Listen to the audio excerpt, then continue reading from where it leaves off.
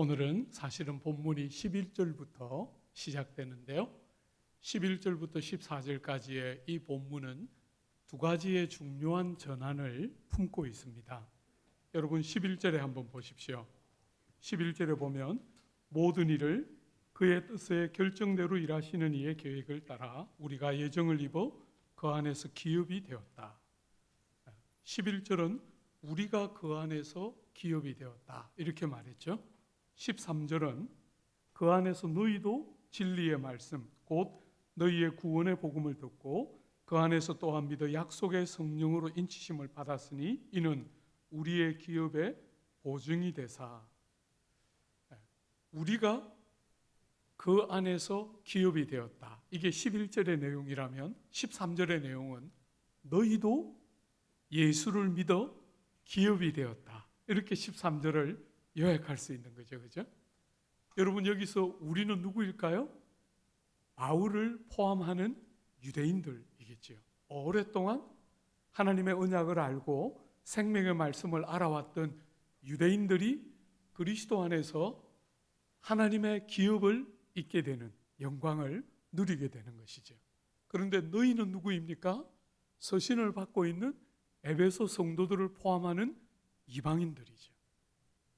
사랑하는 여러분, 이 시대에 바울이 에베소서를 쓰고 있는 이 시대에 유대인들과 이방인은 우리가 일본을 미워하는 것과 비교할 수 없는 원수지간이에요. 그런데 그리스도 안에서 우리가 어제 저녁에 본 것처럼 예수께서 우리를 위하여 행하신 너무나 중요한 것 두 가지가 첫 번째는 속량이었고 두 번째는 지혜와 총명을 넘치게 주셔서 하늘에 있는 것과 땅에 있는 것이 모두 그리스도 안에서 통일되는 교회의 아름다움을 보여주는 그 두 가지가 구주에 하신 중요한 일이다 이렇게 말했는데, 그 하늘에 있는 것과 땅에 있는 것이 그리스도 안에서 연합되고 다시 통일을 회복해내는 그것은 종말에만 일어나는 것이 아니라 이미 이 땅에서 이루어지고 있는데, 어디에서 이루어지고 있는 것이죠? 이방인이든 유대인이든 다 교회 안에서. 사랑하는 여러분, 이렇게 다양한 사람들이 모여서 다양한 색깔과 모양을 가지고 있는데 피부 색깔이 어떻든지, 그 사람의 사회적인 신분과 지위가 어떻든지, 어떤 차별과 어떤 편견이 없이 그리스도 때문에 연합되고 하나 되는 새로운 생명 공동체, 그게 교회예요. 여러분, 저는 그런 면에서 교회는 절대로 한국 사람들만 모여서는 안 된다 이렇게 생각해요. 제가 이렇게 보니까 대부분 한국 사람밖에 없어요. 저는 그런 거 별로 안 좋아해요. 여러분, 저는 교회는 인터내셔널 해야 한다. 제가 영국에서 자그마한 교회 한 80명, 조금 많이 모이면 100명 정도 되는 자그마한 교회를 첫 번째 담임으로 하고 있을 때 제일 행복했던 것은 그 교회에 한인들이 그 정도밖에 안 되는 조그마한 교회에 때로는 많을 때는 열 몇 명의 외국 학생들, 적을 때는 서너 명의 외국 학생들이 꾸준히 왔어요. 여러분, 그 옥스포드라는 곳에서 제가 목회했는데 그 친구들은 기본적으로 영어를 굉장히 출중하게 잘하는 친구들이죠. 옥스포드에 유학을 왔으니까. 그죠? 제가 그 친구들에게 물어봤어요. 너희들이 왜 여기 오냐? 우리는 한글말로, 한국말로 예배를 드리는데 네 와서 설교도 못 알아듣고 우리가 하는 찬양도 못 알아듣는데 왜 여기 오냐? 영국 교회 가면 영어로 하니까 다 알아듣고 다 따라할 수 있는데 한국말로 하는 이 교회에 왜 오냐?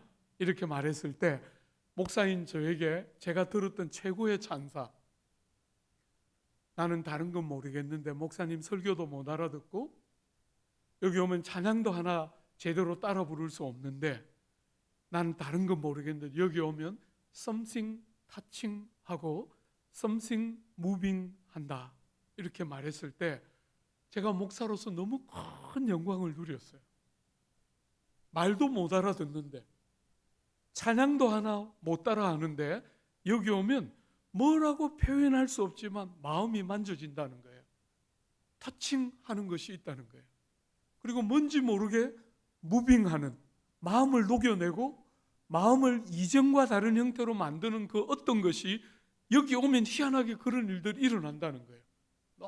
너무너무 제가 좋았어요. 그리고 그렇게 꾸준히 외국 아이들이 오기 시작하면서 제가 미국에 잠시 볼일 보러 가는 사이에 통역기, 열 몇 명 통역할 수 있는 통역기 사와가지고 그때부터 외국 아이들에게 통역을 할 수 있는 그런 예배를 드렸는데 제가 생각하는 최고의 영광이에요. 우리 남서울 교회는 제가 부임해 갔을 때 일본에서 온 미유키라는 자매가 한국 남자하고 결혼해서 우리 일반 예배, 일본어 예배부가 있음에도 불구하고 우리 한국 예배에 왔어요. 그리고 그 미국계에게 제가 세례 주고 지금 제일 어린 여전도회 회장이에요. 얼마나 기쁜지 모르겠어요. 여러분, 아주 최근에는 프랑스 남자가 일본 여자하고 결혼해서 우리 교회 영어 예배부에 오다가 대회에 한 번씩 와요. 얼마나 저는 행복한지 모르겠어요. 사랑하는 여러분, 언어의 차이, 피부 색깔의 차이, 사회적인 신분과 지위의 차이, 우리가 속해 있는 민족과 나라의 차이를 다 뛰어넘고 그리스도 때문에 연합되고 하나 되는 너무나 다른 공동체, 그게 교회이지요. 여러분들이 성도로서 교회에 모일 때 여러분들이 비슷한 사람들끼리 모이면 여러분들은 교회를 모르는 거예요. 교회는 세상이 여러분에게 명찰 만들어준 이름표 다 떼고 성공, 실패, 높은 자리, 낮은 자리, 피부 색깔, 언어, 온갖 형태의 차별과 편견이 보편화되어 있는 세상 사람들이 붙여준 이름표 다 떼고 예수 때문에 사랑하는 지체들을 내 몸의 한 부분인 것처럼 생면부지의 사람들이지만 내 핏줄과 비교할 수 없이 사랑하고 소중하게 여기는 그리스도 안에서 같은 기업을 잇게 된 하나님의 백성인 줄 알고 예수를 믿는 믿음 때문에 우리가 생면부지의 우리가 정말 피부치와 비교할 수 없는 영광스러운 사귐과 교통을 누리고 경험하는 바로 그게 교회 공동체의 핵심적인 특징 중에 하나예요. 여러분들이 만약에 신앙생활을 하면서 성도의 교제가 뭔지를 모른다, 그러면 여러분들은 신앙생활의 60% 이상을 모르는 거예요. 여러분, 저는 부산에서 태어나서 부산에서 고등학교까지 졸업하고 대학 시절에 서울에 올라갔는데 그 대학 시절에 서울에 올라가서 제 생애 처음으로 하나님 앞에 기도했어요. 하나님, 나도 저 형들처럼, 나도 저 누나들처럼 하나님 믿고 싶어요. 그 전까지 신앙생활 할 때 예수 좀 잘 믿는다는 사람은 딱 둘 중에 하나였어요. 부산에서 신앙생활 하는데 예수 잘 믿는다 하는 사람은 둘 중에 하나였는데 눈이 째졌거나 목이 쉬었거나. 너무 희한하게 예수 잘 믿는다 그러는데 다 목이 쉬었거나 눈이 째졌어요. 왜 목이 쉬었어요? 기도를 너무 많이 해가지고 목이 다 쉬었는데 가까이 가고 싶지 않아요. 눈이 다 째졌어요. 왜? 남 판단하는. 전부 그런 사람만 보다가 서울에 딱 올라갔는데 저는 생애 처음으로 형들과 누나들을 보면서 하나님, 저도 저 사람들처럼 예수 믿고 싶어요. 그런 공동체를 저는 처음 만났어요. 여러분, 제가 첫째 날 저녁에 여러분들에게 말했잖아요. 엄마 없이 컸어요. 그런데 그 대학부에 가서 대학생 시절에 머리가 어느 정도 굵었잖아요. 그죠? 대학생 시절에 엄마가 하지 못했던 사랑, 피부치가 저에게 주지 못했던 사랑을 피부치가 아닌 교회 안에 있는 사랑하는 형들과 누나들로부터 저는 생애 처음으로 사랑이 뭔지를 배우기 시작했어요. 엄마도 저를 버리고 갔는데 생면부지에 사랑하는 믿음의 동역자들이, 형들과 누나들이 엄마에게도 받지 못한 사랑을 처음으로 가슴 저미도록 피부치와 비교할 수 없는 사랑이 뭔지를 너무나 생생하게 저에게 그대로 가르쳐 줬어요. 여러분, 형님 한 분 서강대학을 졸업하시고 2년 교제를 같이 했어요. 저보다 선배님이시니까 대학부에 몸을 담고 있는 동안 짧게 2년 교제했는데, 그분이 미국 유학을 떠나셨는데 어느 날 저에게 편지를 보내왔어요.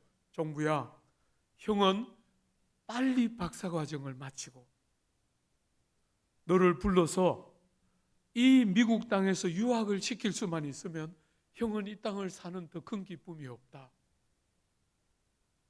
여러분, 교회에서 그냥, 대학부에서 그냥 만났어요.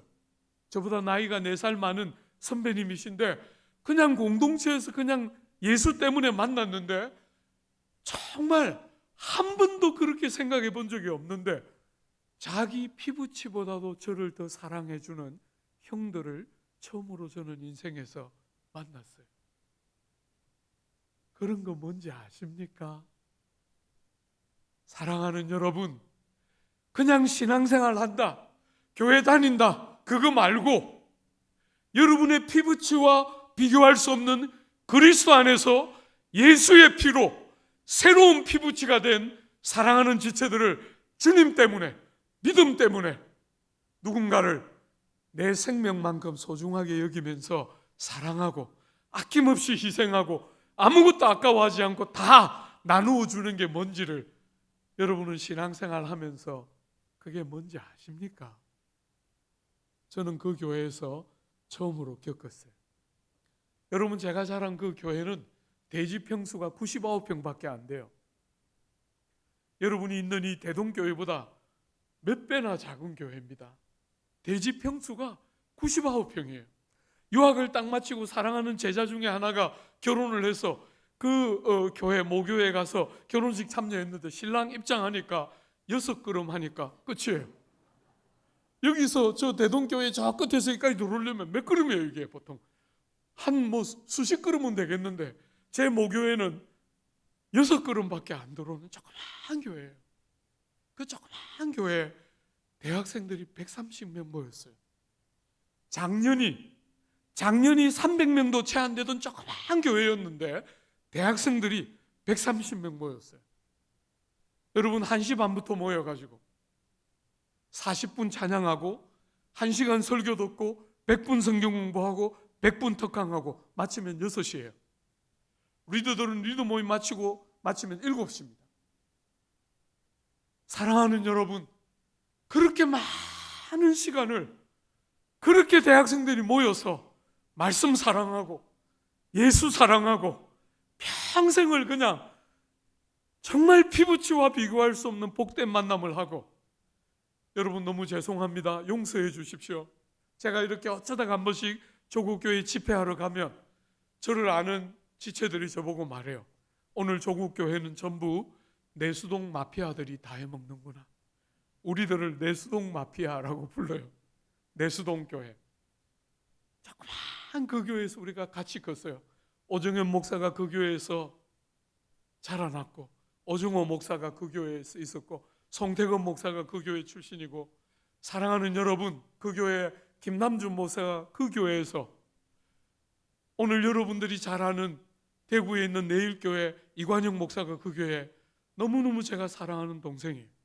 부산의 부정교회에 있는 박성규, 무수한 좋은 목회자들이, 한 시대를 섬기는 좋은 목회자들이 그 공동체에서 이렇게 많이 자랐어요. 조그만 교회인데 여러분 중에 어떤 분들은 이름도 한번 못 들어본 사람들이 있을 거예요. 전혀 알려지지 않은 조그만 교회인데 정말 저는 거기서 예수 믿는 게 뭔지를 처음으로 봤어요. 사랑하는 여러분, 예수 믿는 맛을 아십니까? 그냥 교회를 왔다 갔다 하는 게 아니고 주님을 믿고 거듭나서 새 생명을 가지고 헌 생명, 아버지와 어머니로부터 받은 그 생명만 가지고 세상을 사는 사람들과 다른 가치와 다른 삶의 방식을 가지고 세상을 사는 예수 믿는 맛이 뭔지를 아십니까?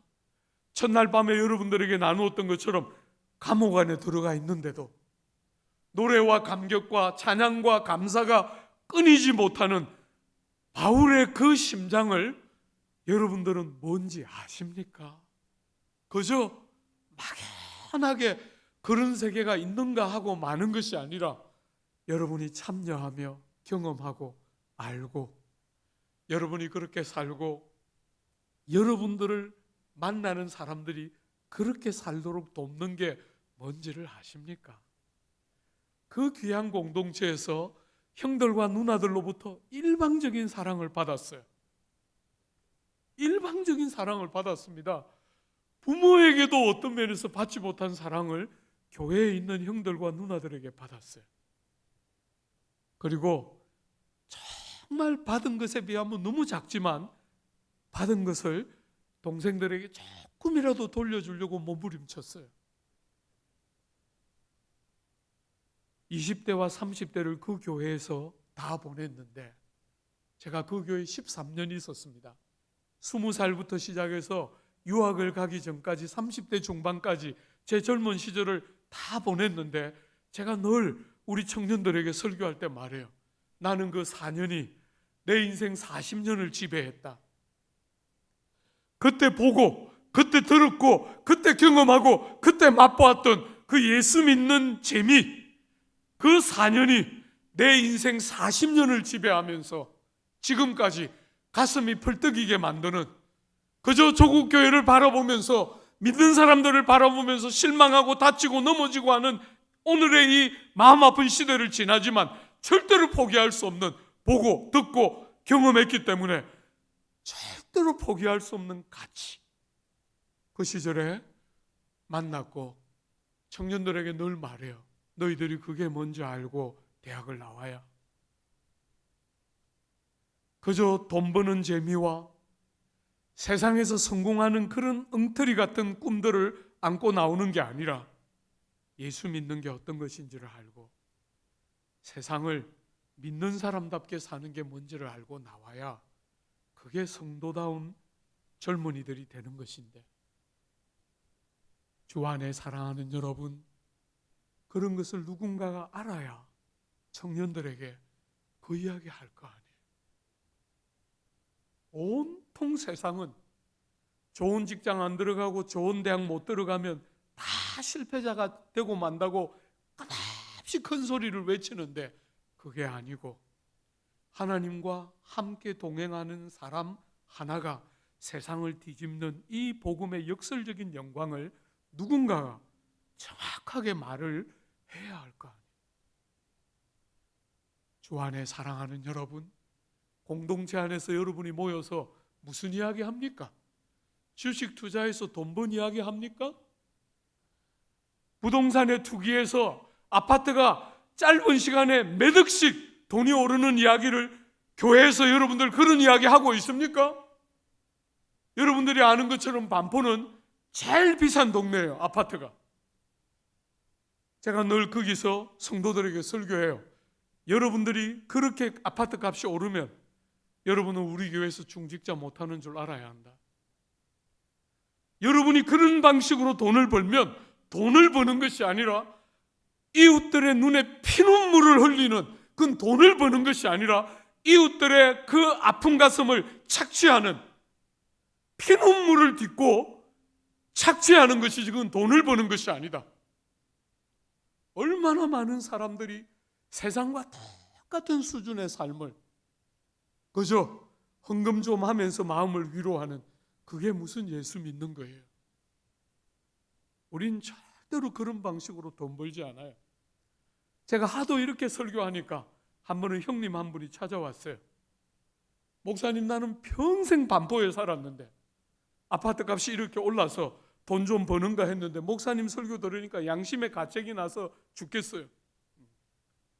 제가 그래서 그 형님한테 말했어요. 형님, 그렇게 그냥 살다가 돈 오른 것을 제가 뭐 시비를 겁니까? 목 좋은 것에 그냥 돈 오를 거 바라보면서 그렇게 투기하는 것을 싫어하는 거지, 오래 살다가 돈 오른 것을 뭐 시비를 겁니까? 대신에 조금이라도 마음이 아프면 이 돈이 다 수익이라고 생각하지 말고 일부를 흘려 나누세요. 가난한 사람, 어려운 사람들에게 흘려보내고 나누어 주세요. 그냥 살다 보니까 부동산 값이 올라서 일확천금했다고 절대로 생각하지 마시고 부당하게 얻은 이익이라고 여겨지는 부분이 있으면 일부를 돌려주십시오. 그렇게 타일러스 보내요. 주식을 투기해서 대박을 꿈꾸는 이 어리석은 시대, 자본주의 시대에 주식 투자가 안 된다는 말을 절대로 하고 싶지는 않지만 오늘 이 시대의 정신을 한번 보십시오. 땀 흘려서 일하고 주님을 신뢰하면서 살기보다 어떻게든 돈을 벌 수 있는 수단과 방법을 가리지 않고 젊은이들부터 나이 드신 이들까지 온통 돈하고 사는 세상에 여러분들이 교회 모여서 사랑하는 지체들과 그 이야기밖에 할 게 없다면 우리가 예수 믿는 표는 어디서 나는 것이죠? 여러분들이 그렇게밖에 할 수 없으면 여러분 자녀들이 뭘 배우겠어요? 자녀들은 여러분의 입으로 나오는 말을 듣고 배우는 게 아니에요. 여러분의 됨됨이를 보고 배우는 것이에요. 신앙이 제일 중요하다고 말은 하지만 결정적인 순간에 신앙이 아니라 학벌과 돈을 추구하는 여러분을 보며 깊은 절망과 좌절을 자녀들이 느끼게 되는 거예요. 주 안에 사랑하는 여러분, 주님께서 하늘에 있는 것과 땅에 있는 것이 다 그리스도 안에서 통일되게 하는 그 날의 영광을 교회 안에서 여러분들이 사랑하는 지체들을 만날 때 생면부주의 사람들이지만 혈육과 피부치들과 비교할 수 없는 그리스도의 보혈이 만드는 새로운 공동체를 경험하면서 가족 공동체 안에만 머물지 않고 더 큰 가족인 교회를 제대로 경험하고 그 교회를 통해서 더 큰 가족인 이웃들을 여러분의 몸의 한 부분처럼 사랑하도록 배워가는 것이 성도의 이 땅을 사는 삶의 방식인데, 내 자식, 나 자신, 내 자식, 그것도 모자라서 내 손자, 손녀 전부 그런 이야기밖에 못하면 믿는 표시가 어디에 납니까? 왜 어지간한 권사님들이 그렇게 울면서 기도하는데 결국 그 기도 제목이 뭐였어요? 내 자식 잘 되는 거, 내 손주 잘 되는 거. 왜 그것밖에 기도를 못합니까? 강남 땅에 가서 설교하면서 성도들에게 늘 설교해요. 여러분이 자식들에게 주고 싶은 거 10개 자식들에게 다 주지 말고 6개만 주고 4개 다른 자식 한번 줘봐라. 어떤 일이 일어나는지 한번 보도록.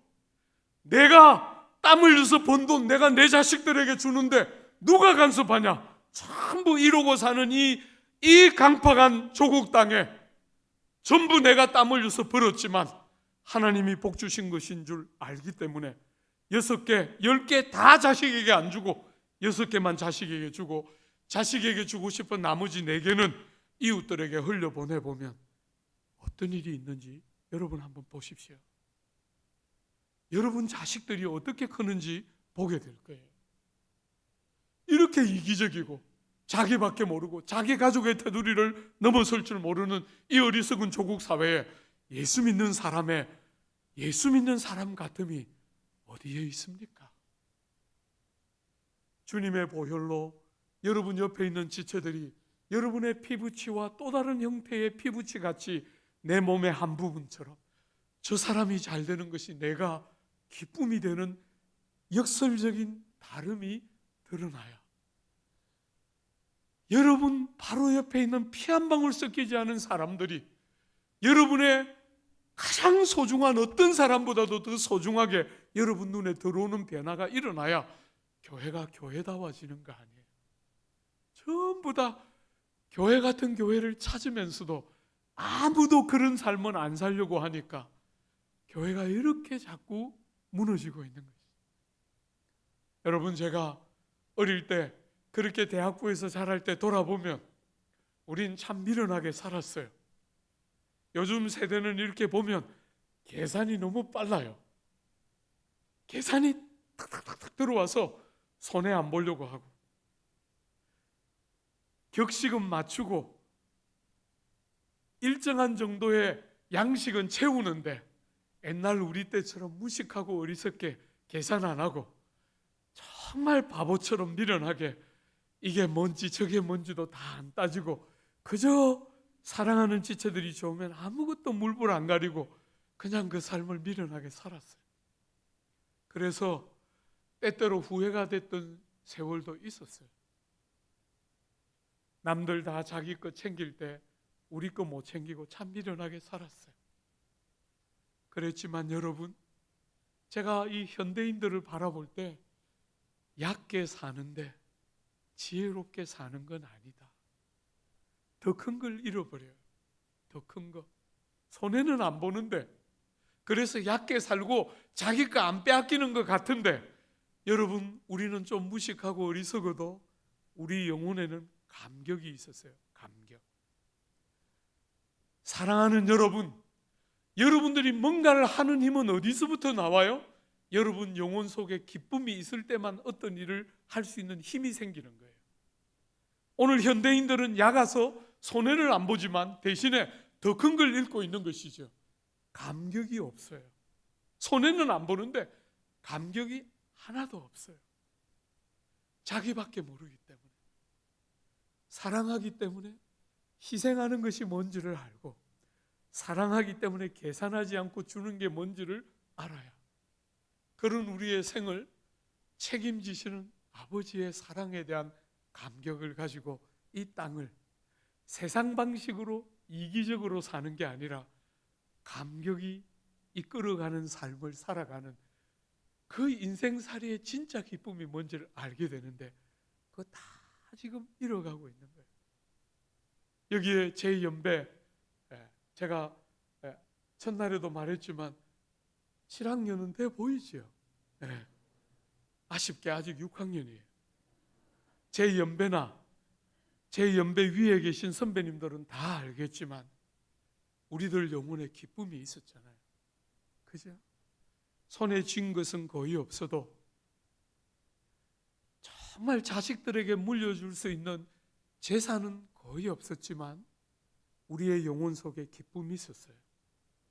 고생하고 수고가 있었지만 하나도 아까워하지 않고, 삶을 돌아볼 때 한 번도 후회해 본 적이 없어요. 내가 그때 이렇게 했어야 됐는데 이런 생각 해본 적 거의 없어요. 좀 더 과격하게, 좀 더 과감하게 못 산 게 한 번씩 아플 뿐이지, 뭘 좀 더 챙기고 뭘 좀 더 계산을 빠릿빠릿하게 하면서 살지 못했던 것을 후회해 본 적은 한 번도 없어요. 더 귀한 것을 가지고 살았다는 것을 평생을 가지고 느끼게 돼요. 귀하신 우리 선생님들 부탁합니다. 아무도 그런 분들이 안 계시기를 기대하지만 귀한 자녀들을 위해서 수고하고 희생할 때 자꾸 계산이 생기면 내려놓으세요. 여러분이 챙기면 여러분이 챙기는 것으로 끝나지만 하나님이 챙기면, 지금은 당장 손해보는 것 같고 지금은 당장 돌아가는 것 같고 지금은 당장 안 되는 것 같아도 하나님이 챙기면, 때가 되면 여러분의 영혼을 터치시는, 영혼을 열어서 만져주시는 아버지의 감격이 뭔지를 여러분이 평생 살아왔잖아요. 저는 별로 이룬 것도 없는 목사지만 다른 건 몰라도 생애 중요한 고비마다 너무 생생하게 하나님이 내가 했다, 내가 했다 하는 생생한 타치, 생애 중요한 고비마다 늘 가졌어요. 주 안에 사랑하는 여러분, 귀한 교회 학교 자녀들을 섬길 때 좀 손해봐도 돼요. 여러분이 많이 울고, 여러분이 많이 쓰고, 여러분이 많이 아프면 자녀들이 자라는 거잖아요. 그죠? 그런 사람이 나와야 복음의 원리가 예수 우리 위하여 돌아가심으로 우리 같은 게 살아나는 거잖아요. 우리 위하여 예수께서 가난해지심으로 있으나 없으나 우리가 종기와 부요가 뭔지를 알고 이 땅을 사는 거잖아요.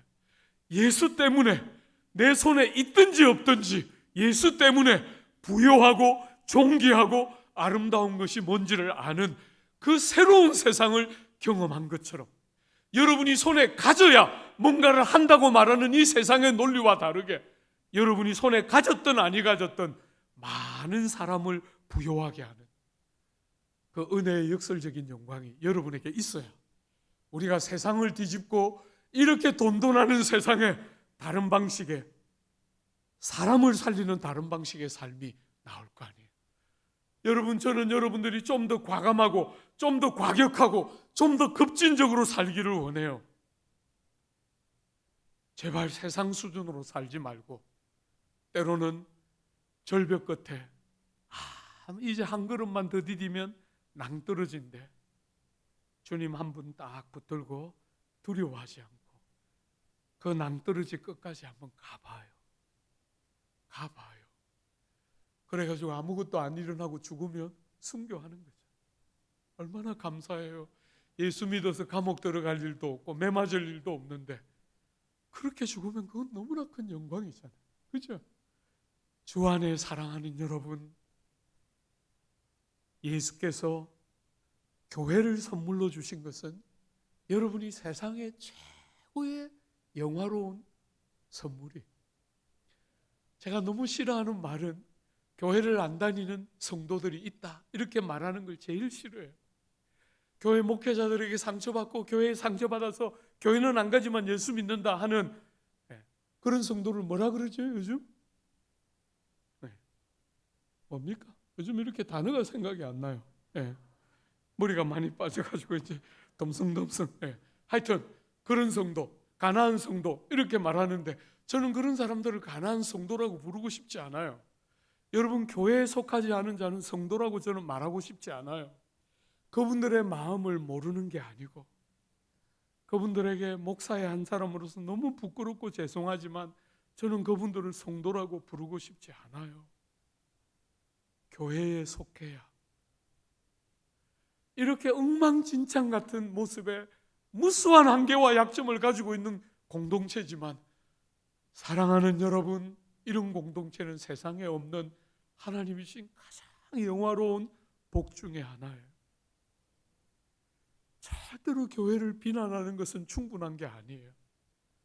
울고 교회의 아픔을 감당해내고 한쪽 무퉁이를 여러분들이 그 무너져 있는 담벼락들을 수축해내고 그 영광들을 주님이 우리에게 주신 선물의 모양대로 드러나도록 목마르게 그런 영광들을 우리에게 허락해 주시도록 그렇게 살아야 마땅하지. 오늘 목회자의 어떤 연약함이나 교회의 여러 연약함들을 보고 그냥 비방이나 하고 손가락질이나 하는 그런 시대의 정신을 절대로 따라해서는 안 돼요. 예수께서 피값으로 사신 당신의 교회입니다. 주 안에 사랑하는 여러분, 하나만 더 생각해 볼까요? 교회에 이렇게 많은 사람이 모이는데 어떤 사람은 진리의 말씀을 듣고 거듭나고 어떤 사람은 진리의 말씀을 듣고 여전히 그대로 있어요. 뭐가 차이지요? 똑같이 예배당에 이렇게 오는데 어떤 사람은 안 깨달아져요. 여러분, 저는 어머니 없이 푹 이렇게 오랜 세월을 있다가 아버지가 세장가를 가서 새어머니가 들어오셨어요.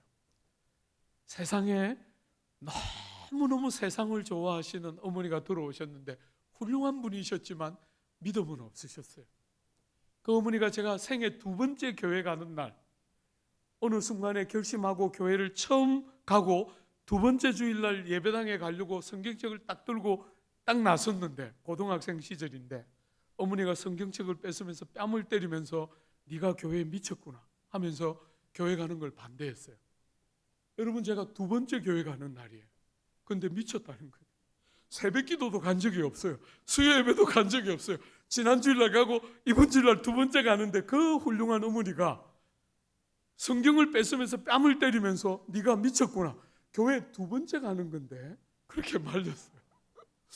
그 어머니를 대학을 4년 동안 다니면서 그 좋은 공동체에서 자라면서 어머니에 대한 기도를 4년 동안 얼마나 했는지 몰라요. 그 어머니를 모시고 예배당에 딱 하면 그때부터 시작해서 나오실 때까지 조셔요. 못 들으시더라고요. 말씀이 안 들어가는 거예요. 얼마나 간절한데 그 어머니는 전혀 못 깨달으시더라고요. 저는 너무너무 좋았는데 그 예배 시간 전부가 얼마나 아프고 4년 동안 거의 하루를 안 빼놓고 기도했는데 하여튼 아직까지는 안 돌아오셔요. 사랑하는 여러분, 왜 그런 일이 일어날까?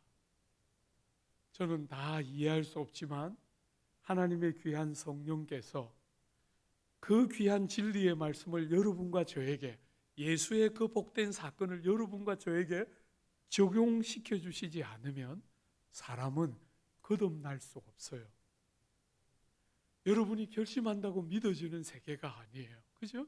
여러분이 다 경험한 것처럼 어느 순간에 믿어지는 것이지 여러분이 믿기로 결심해서 믿어지는 게 아니에요.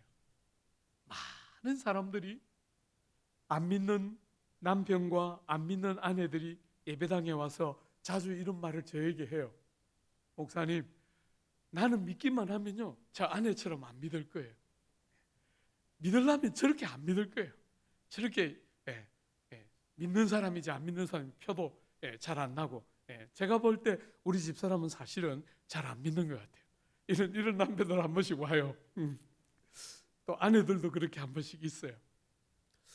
사랑하는 여러분, 제가 마음속으로 말은 못해요. 마음속으로 당신이 한번 믿으려고 한번 해보시오. 이 세계가 믿어지는 세계가 아닙니다. 우리가 결심하면 믿어지는 게 아니에요. 성령님이 예수 사건을 너무나 신비롭고 놀라운 방식으로 우리의 삶에 적용. 아버지 하나님은 우리를 위하여 구원을 계획하시고 자격 없는 우리를 위하여 만세전에 마음을 결심하시고 만복으로 복을 주시기를 다짐하심으로 아버지의 뜻과 계획을 세우시고, 아들 하나님은 그 아버지의 뜻이 성취되고 우리에게 이루어질 수 있도록 속량하시고 대속의 보혈을 흘려주시고 우리의 눈을 열어서 그 진리를 깨닫도록 하시는 그 놀라운 모든 일을 아들 하나님은 이루어 주시고, 그 이루어진 놀라운 예수 사건의 구원의 영광을 성령 하나님이 여러분의 가슴과 저의 가슴에 적용시켜 주실 때 우린 비로소 눈이 열리고 깨달아서 믿어지게 돼요. 공부 잘한다고 믿어지는 게 아닙니다. 사람의 능력에 달려있는 일이 아니에요. 니고데모는 이스라엘의 선생이지만 주님이 하시는 말씀을 못 깨달았어요. 주 안에 사랑하는 여러분, 하나님의 성령이 여러분과 저에게 예수 사건을 적용시켜 줄 때 비로소 믿어지는 거예요. 여러분, 저는 제가 공부하는 모든 책은 빨간 색연필과 파란 색연필로 줄을 그으면서 책을 봐요. 왜냐하면 다시 그 책을 볼 시간이 없기 때문에 전부 제가 책을 읽을 때마다 거기다가 다 색연필로 칠을 하고 그 옆에다가 풋노트를 다 달아요. 제가 이렇게 여러분들에게 설교 원고를 갖고 왔는데 보면 빨간 색연필, 파란 색연필 그대로 칠해놨어요. 매일 제가 이런 식으로 책을 읽고 원고도 이런 식으로 다 읽어요. 근데 여러분, 성경은 제가 어떻게 색칠해 놓은 본문이 하나도 없어요. 대학교 4학년을 마치면서 한 번도 성경에는 제가 색연필로 칠해 본 적이 없어요. 대학교 4학년 될 때까지 색연필로 칠했어요. 어떤 건 빨간 색연필, 어떤 건 파란 색연필. 여러분, 그 밑에다 풋노트 달았어요. 이거는 도저히 안 믿어진다. 이거는 왜 이러실까? 질문하고 깨달은 거 쓰고 하면서 성경을 빼곡하게 읽었어요. 여러분들이 지금 보면 제 성경에는 어디에도 아무 풋노트도 안 달려 있고 성경은 그냥 그대로 바로 읽어요. 말씀이 믿어지기 시작했기 때문에 성경 어디에다가 빨간 줄을 긋고 어디에다 파란 줄을 긋는 것은 절대로 안 하면서 성경을 읽어요. 어느 순간부터 믿어지는 것이죠. 그죠? 하나님의 성령이 귀한 진리의 말씀을 여러분의 영혼과 제 영혼에 적용시켜 줄 때 놀랍게 믿어지는, 내가 믿었다고 말할 수 없는 성령이 내 영혼 속에 말씀을 적용시켜 주시는 영광을 우리는 경험하게 돼요. 사랑하는 여러분, 우리 예수께서 이 세상을 살아가는 목마른 우리들에게 너희 목마른 자들아 다 물로 나오라, 목마른 자들은 다 내게로 오라, 그 배에서 생수의 강이 넘쳐나리라, 이렇게 말씀하셨잖아요. 그 배에서, 여러분의 인격의 제일 중심에서부터 생수의 강이 흘러서 넘치는, 그게 뭐죠? 이는 저희가 받을 성령을 가리킴이라, 이렇게 말했어요.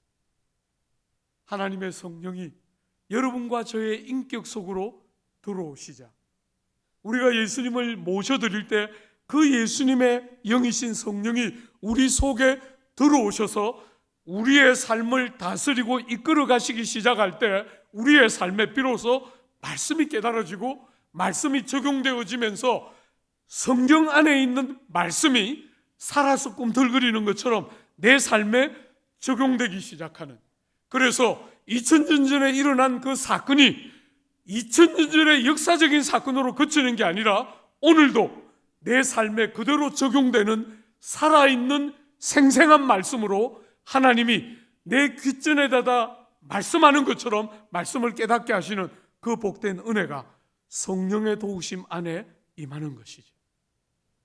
주 안에 사랑하는 여러분, 신약시대를 사는 성도의 모든 영광은 하나님의 성령의 사역에 결정적으로 달려있는 거예요. 하나님의 성령이 여러분과 저를 붙들고 다스리고 이끌지 않으면 어떤 사람도 예수 믿는 맛이 뭔지를 알 수가 없어요. 성경이 말하는 그 위대하고 영광스러운 말씀이 맛보아지지가 않아요. 오늘 본문에도 보면 너희들의 믿음, 우리도 믿어서 기업이 되고 너희도 진리의 말씀, 곧 생명의 복음의 말씀을 듣고 믿음으로 기업을 얻게 되는데, 여러분, 말씀을 듣고 믿음이 생기는데, 믿음은 그냥 생기는 게 아니고 말씀을 들어야만 생기는데, 그 말씀을 들을 때 하나님의 성령이 그 능력과 나타남으로 말씀을 여러분과 저에게 적용시키기 때문에 그 말씀이 우리 영혼에 들어오면서 믿음을 불러 일으켜내는 것이죠. 사랑하는 여러분, 여러분들이 사실은 제가 우리 남서울 교회에서는 1장 3절부터 14절을 7번 설교했어요. 여러분들에게 3번 만에 하려고 하니까 마음은 급하지 본문은 많지 어려워 죽겠어요.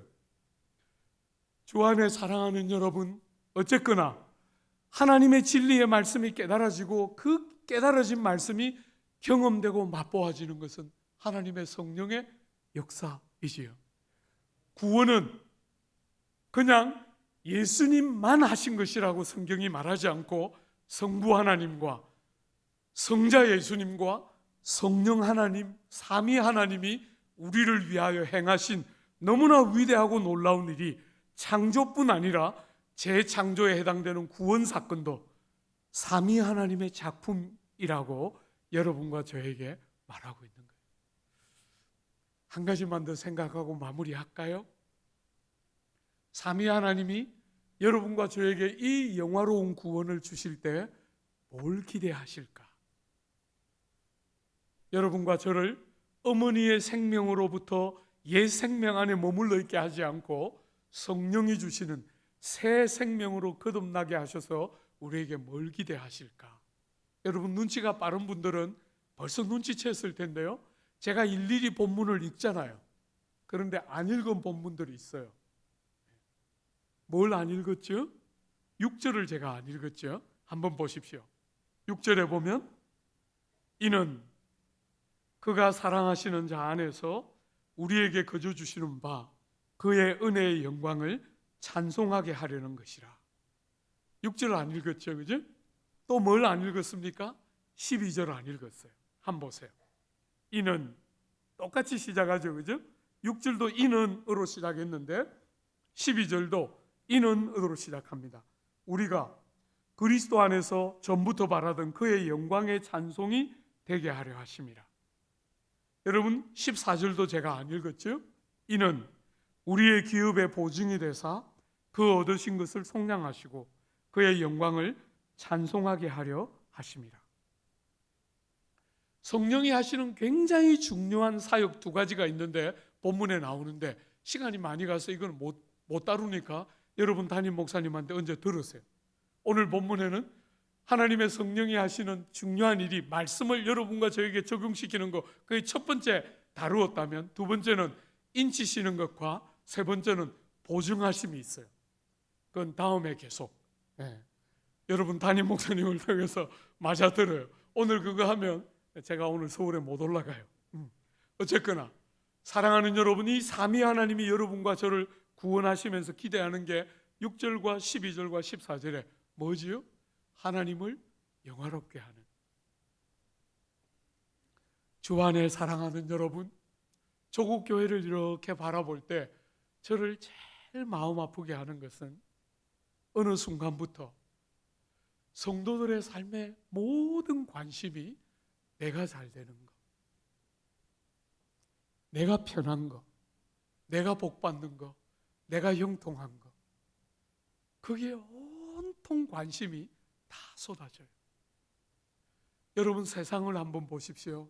세상은 전부 그런 것밖에 없어요. 그런데 오늘 성경은 여러분과 저에게 뭘 가르칩니까?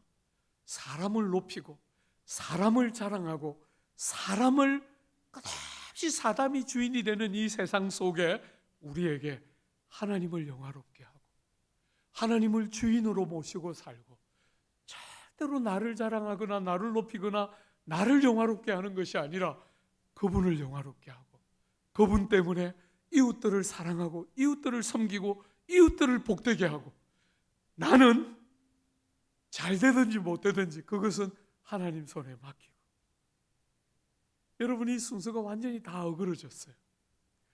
제가 대학부를 다닐 때 그 형들이 그 누나들이 그렇게 살 수 있던 이유가 뭐지요? 자기를 잊어버렸어요.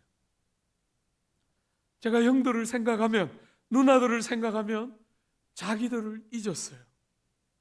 자기들을 잊고 누구를 생각했지요? 주님을 생각했어요.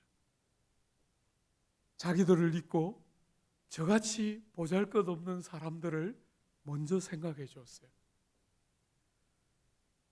주 안에 사랑하는 여러분, 엄마 없이 세상을 살다가 서울에 올라갔으니까 얼마나 외로움을 많이 탔겠어요. 새어머니가 돌아왔지만 제가 가지고 있던 그 갈급함은 안 채워졌어요. 늘 소설책에서 읽고 엄마 찾아 산만리 이런 것 때 읽었던 그 엄마하고 너무 다른 새어머니니까, 그죠? 너무 다른 엄마를 겪고 한쪽 구퉁이가 늘 시렸는데 대학부에 딱 올라갔는데 누나들이 정말 너무 감격적이었어요. 여러분 시험 기간이 되면 난지도 이 쓰레기 하치장이 비로소 이렇게 난지도 이 쓰레기 하치장이 발전되던 시절에 제가 그 난지도에서 자취를 했는데 시험 기간이 되면 제가 거의 밥을 못 먹었어요. 공부하느라. 누나 한 사람 이화여대를 다니는 키가 1m 70은 되는 굉장히 글래머러스한 누나가 제가 대학부에 딱 올라왔는데 누님이 이 립스틱을 진하게, 요즘에 다 진하게 바르지만 그 시절에 그렇게 바르던 사람이 거의 없었는데 립스틱을 진하게 발랐는데 제가 딱 첫눈에 보고 마음속으로 말은 안 했지만 이 갱상도 남자이기 때문에 마음속으로 저런 사람은 왜 교회 오나? 그러면서 제가 막 싫어했어요. 근데 만나면 만날수록 너무 진국인 거예요. 얼마나 귀한지. 어느 날 그 누나가 자전거를 타고 자취하는 제 방에 찾아오셨어요. 시험 기간인데 만우 밥은 먹나? 이 경상도 사람들은 밥도 못 먹으면서 먹습니다 이러잖아요. 그죠? 먹습니다. 떡 들어오시더니 안 먹잖아 이러시면서 그 이제 앞에 자전거 앞에 달려 있는 그 바구니에 계란 2판, 그 무수한 빵 사서 두고 갔어요. 그 빵 그냥 계란 이렇게 토스트해서 먹는데 눈물이 얼마나 났는지 몰라요. 생면부지에 어느 날 성탄절에 선물 교환을 하는데, 여러분 촌놈들이 이렇게 다 이름을 이렇게 써내면 한 사람 한 사람 이렇게 뽑아가지고 선물을 교환하는데, 조금 전에 제 이름이 불려서 선물을 타왔는데 또 이름이 불렸어요. 어떤 누님이, 누군지도 모르죠. 어떤 누님이 동생을 위해서 촌에서 올라와가지고 특별히 외로움 많이 타는 이 촌놈들 몇 명만 특별하게 골라가지고 선물을 하나씩 더 넣은 거예요. 와, 정말 이미 선물을 탔는데 또 이름이 불려졌는데 잊을 수가 없어요. 여러분, 제가 중등부 교사를 했는데 중등부 전도사님이 저보고, 제가 서울에 있는 대학을 다니고 있으니까 보나마나 이 사람은 잘 사는 집에서 컸겠지 이렇게 생각하시고 저보고 이야기했어요. 화종부 선생님, 매주 올라오셔서 중등부 교사를 하시면 좋겠습니다. 여러분, 제가 부산에 살 때인데 그때 서울과 부산은 제일 먼 시절이잖아요. 그죠? 이 촌놈, 철원에서 오신 전도사님이세요. 저보다 더 촌놈이잖아요. 그러니까 부산에서 서울에 매주 온다는 게 무슨 일인지 이 양반은 모르는 거예요. 그죠? 그래서 또 전도사님이 시키면 무식하게 그냥 아멘 하고 그냥 따라하던 시절이니까 매주 서울에 올라갔어요. 여러분 잊어버리지 않아요. 부전역에서 타서 용산역에 내리면 비둘기호 타고 11시간 걸렸어요. 1,800원. 학생 DC 해가지고 1,800원. 잊어버리지 않습니다. 그렇게 토요일날 저녁에 기차 타고 용산역에 도착해서 용산철도병원에 가서 새벽 전도하고, 전도 마치고 나면 10시에 교회 가면 선배들이 아침밥 준비해 놓으면 그 아침밥 먹고 1시 반부터 11시에 대예배 드리고 1시 반부터 대학부 모임 시작하고 7시에 마치고 나면 용산에 제일 마지막 기차 타고 밤차 타고 내려왔어요. 너무너무 가난할 때 1,800원이 정말 하늘같이 비싼 돈이었던 그 시절에 선배 한 분이 어느 날 저보고, 네가 이렇게 매주 올라오는데 자비는 있나? 이렇게 물으시는데, 없으니까 좀 주세요. 지금 같으면 그렇게 뻔뻔스럽게 말할 건데 그때는 또 그런 이야기 추구도 못하니까 있습니다 이러면서 부끄러워서 막 도망갔는데 2km 가까이를 따라왔어요. 보통 한 100m 따라오다가 멈추잖아요. 2km 가까이를 따라와서 제 뒷도주물에 2만 원 넣어줬어요. 잊어버려지지 않습니다. 여러분, 제가 전도사 할 때 처음 받은 사례가 13만 원이었어요. 대학교 2학년 때 2만 원은 작은 돈이 아니에요. 대학을 다 마치고 전도사 처음 했을 때 첫 사례가 13만 원이었는데 그 선배는 저에게 2만 원을, 그렇게 먼 거리를 따라와가지고 2만 원을 호주머니에 넣어놓고 갔는데 제 생에 잊을 수가 없어요. 그런 돈들은, 그런 선배들의 사랑들은 잊을 수가 없어요. 사랑하는 여러분, 예수 믿으면서 여러분들은 누군가를 그렇게 대하면서 좀 미련하고 바보 같지만, 계산 못했지만 하나님의 성령이 주시는 도움을 따라 다른 눈으로, 다른 가치로, 다른 마음으로 누군가를 진실하게 사랑하고, 오늘 얼마나 많은 사람들이 그렇게 베풀었는데 배반당했다고 뾰족뾰족한 마음으로 다시는 마음문을 열지 않고, 내가 다시는 그렇게 사나 봐라, 전부 그렇게 사는데 숱하게 당하고 숱하게 당하고 숱하게 당해도 한 번도 그런 일 경험하지 않은 사람인 것처럼 뻔뻔스러운 얼굴을 가지고 끝없는 배신을 반복해서 당하면서도 그 길을 꾸준히 가는 사람, 보신 적이 있습니까? 목회를 하면서 제가 대학교 4학년 그 4년 다닐 때 정말 은혜 많이 받았던 그 시절에 하나님 앞에 어리광처럼 기도했어요. 주님, 하고 많은 사람 중에 왜 하필이면 유다 같은 거 뽑았습니까? 나도 있는데. 이렇게 애교처럼 하나님 앞에 막 어리광처럼 왜 유다 같은 거 뽑아서 데리고 다니셨어요? 좀 제대로 뽑으시지.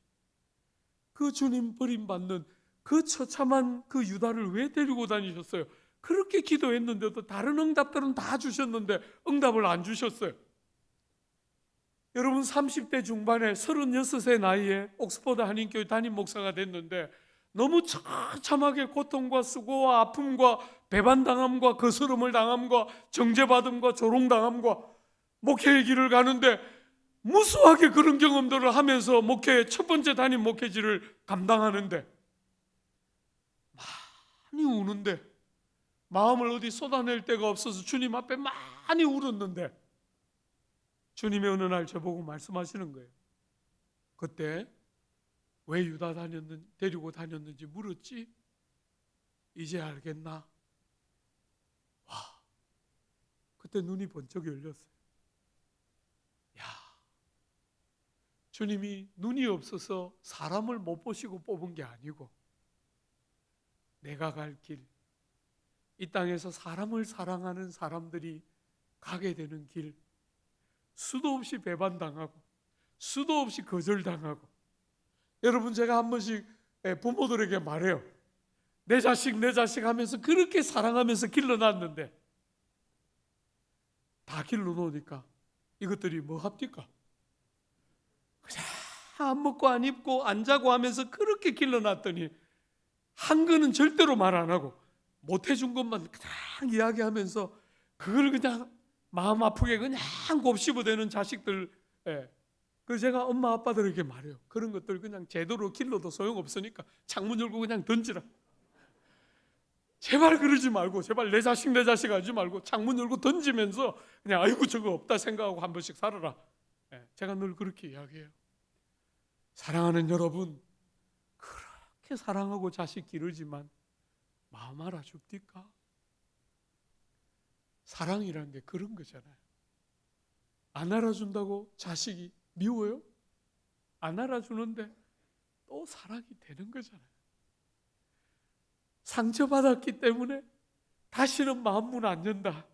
그런 게 어디에 있어요? 그런 게 어디에 있어요? 우리 예수, 우리 같은 거 위해서 얼마나 거절당하고 버림받으면서 가셨는데 사람들이 나를 실망시키니까 그렇게 사랑했는데 배반하니까 다시는 상처 안 받으려고 마음 안 연다. 그런 게 어디 있어요? 버림받고 또 상처받지만 주님만 알아주시면, 주님만 좋으면 그 길이 어떤 길이든지 행복한 거잖아요. 그냥 세상이 볼 때 그냥 알아주고 세상이 볼 때 잘 되니까 저 좋은 거는 누가 못해요?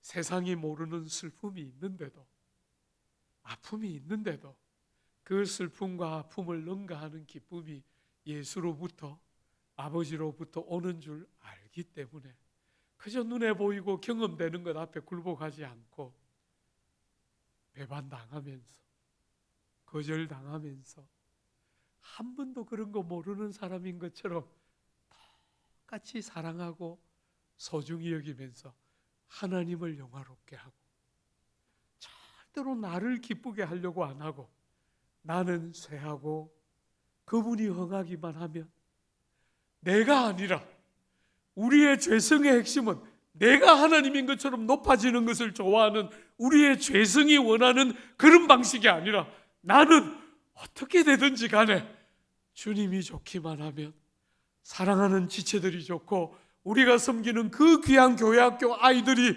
살아갈 수만 있다면 어떤 수고든지 어떤 길이든지 아까워하지 않고 사는 그 다른 방식의 삶, 주 안에 사랑하는 여러분, 하나님을 영화롭게 하고 이웃들을 위하여 사는, 세상이 볼 때는 바보 같은데 미련한 것 같은데 예수 흔적이 우리 삶에 묻어나고 예수 먼저 가신 그 삶의 방식을 그대로 살아내는 그런 교사, 그런 성도, 그런 목회자들이 있으면 여러분이 얼마나 행복하겠어요.